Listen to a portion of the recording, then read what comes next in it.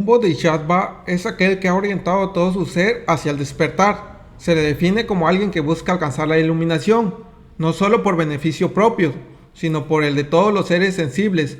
Surge, pues, una pregunta práctica de suma importancia. ¿Cómo se convierte alguien en un bodhisattva? En otras palabras, ¿cómo llegamos a realizar este ideal espiritual tan sublime? La respuesta tradicional es bastante corta y directa, aunque requiere una explicación considerable. Uno se convierte en bodhisattva cuando surge en él el bodhicitta. ¿Qué es el bodhicitta? Veamos por un momento el término sánscrito original. Bodhicitta Upada o bodhi significa iluminación espiritual o despertar espiritual y consiste en ver la realidad cara a cara. Chitta significa mente, pensamiento, conciencia o corazón. Upada significa simplemente surgimiento o de una manera más poética, despertar. Bodhicitta Upada es uno de los términos budistas más importantes, especialmente en el campo del Mahayana. Se traduce generalmente como surgimiento del pensamiento de la iluminación, pero eso es exactamente lo que no es. En cierta forma, no puede haber peor traducción que esa. Podemos pensar en la iluminación tanto como queramos. Podemos pensar, leer, hablar al respecto. Podemos de una manera superficial decir lo que es o no es la iluminación, pensando que sabemos todo sobre ella. Incluso ahora mismo podemos estar pensando en la iluminación. Entonces, sin lugar a dudas, ha surgido el pensamiento de la iluminación en nuestra mente mientras hablamos de esto, pero no ha surgido el bodhicitta. No nos hemos transformado en bodhisattvas. El bodhicitta es mucho más que pensar en la iluminación. Wenter lo traduce como actitud iluminado. Shankaracharya lo traduce algunas veces como la voluntad hacia la iluminación o el corazón bodhi. A pesar de que todas esas traducciones alternativas son mejores que el pensamiento de la iluminación, ninguna de ellas es completamente satisfactoria.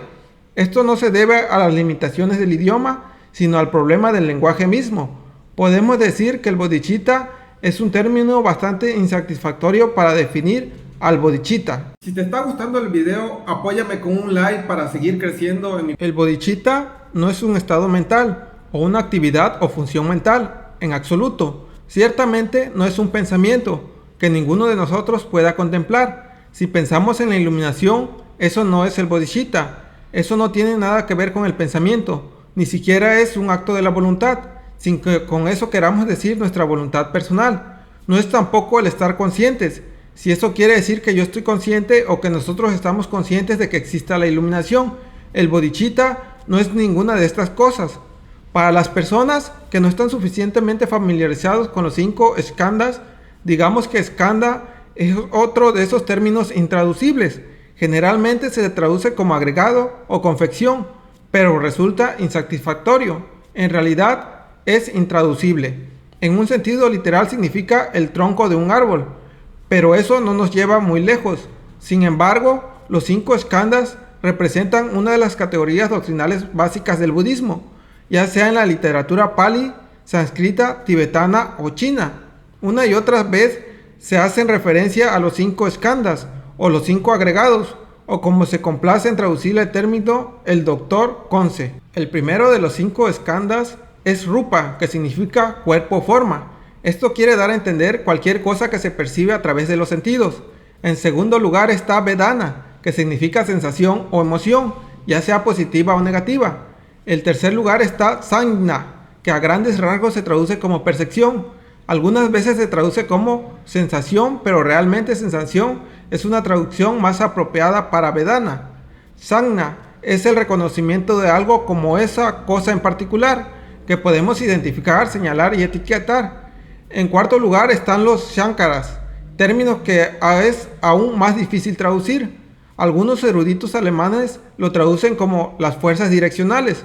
Nosotros lo podemos traducir en general como las actividades volitivas, es decir, como los actos de la voluntad. El quinto es vijnana, que significa conciencia. Esta es la conciencia a través de los 5 sentidos y a través de la mente en varios niveles.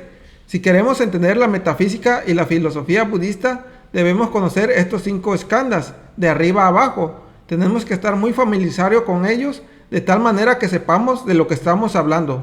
En el pensamiento budista, los 5 skandhas son considerados como lo que forma toda nuestra existencia psicofísica.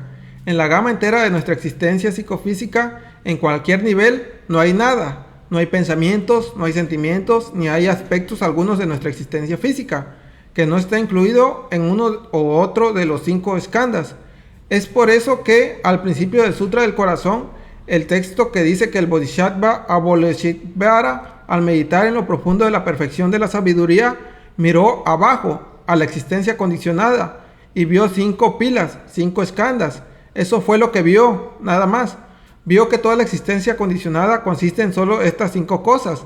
Nada ocurre, nada existe en el nivel condicionado de la existencia, el nivel Sanskreta, que no puede incluirse bajo uno u otro de los 5 skandhas. Si te gustó el video, suscríbete a mi canal de YouTube o bien dale like a mi página de Facebook.